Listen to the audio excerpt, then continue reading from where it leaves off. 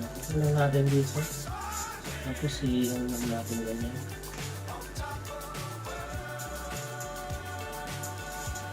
Laparin lang natin yung ating mixture dito sa foil natin para mag-roll siya. Then lagyan natin ng maling. Then i-roll lang natin sa ganyan.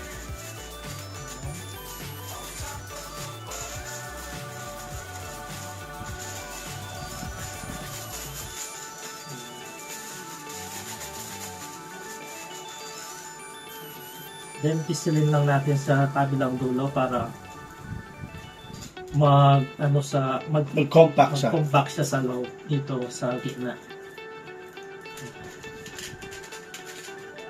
Then dahan-dahan lang natin siyang i-roll. So ito na yung ating facial embutido. Asan?